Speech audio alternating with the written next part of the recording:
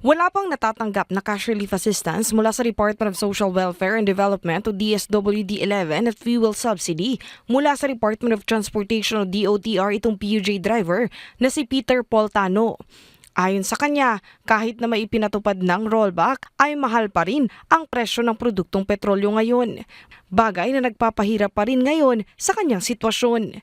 Kaya naman, wala siyang pagsidlan ng kagalakan nang mapasama ang kanyang pangalan sa listahan na ipinasa ng Land Transportation Franchising and Regulatory Board o LTFRB 11 na magiging benepisyaryo ng tupad tuloy pasada ng Department of Labor and Employment o DOLE 11.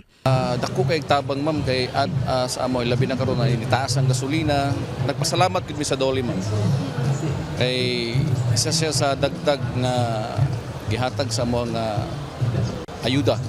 Ayon kay DOLE 11 Regional Director Attorney Randolph Pensoy, nagsimula na noong araw ng Biyernes, Mayo 1 ang unang 500 na mga kwalipikadong driver na benepisyaryo sa nasabing programa. Ginawa umano ang nasabing programa para magpatuloy pa rin ang sektor ng transportasyon sa kanilang pamamasada sa kabila ng kamahalan ng produktong petrolyo ngayon. Layunin din ng programa na walang tumigil ng mga driver sa gitna ng sitwasyon ngayon.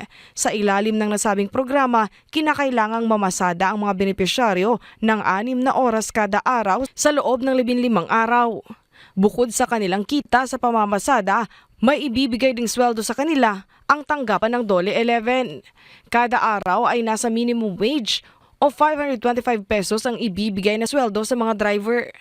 Ngayon mayroong others are already been profiled, others are also starting their job kasi yung engagement natin ng tupad tuloy pasada 15 days work. Sa kabuuan, nasa 1,000 mga benepisyaryo ang makikinabang sa nasabing programa.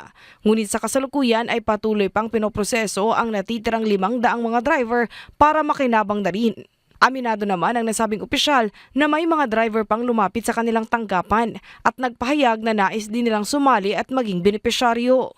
Limited ang ating list, restricted to the list submitted to from the LTFRB kasi coordinated natin. Second, I would be honest in saying na we are also dependent on the budget downloaded allocations. Ipinaliwanag din ng nasabing ahensya na nakasentro muna sa kasalukuyan ang kanilang tanggapan sa pagtulong sa mga pampublikong driver. Sila kasi ang labis na naapektuhan sa nangyaring pagtaas ng presyo ng produktong petrolyo. Mula sa PTV Davao, Regine Lanuza para sa Pambansang TV sa Bagong Pilipinas.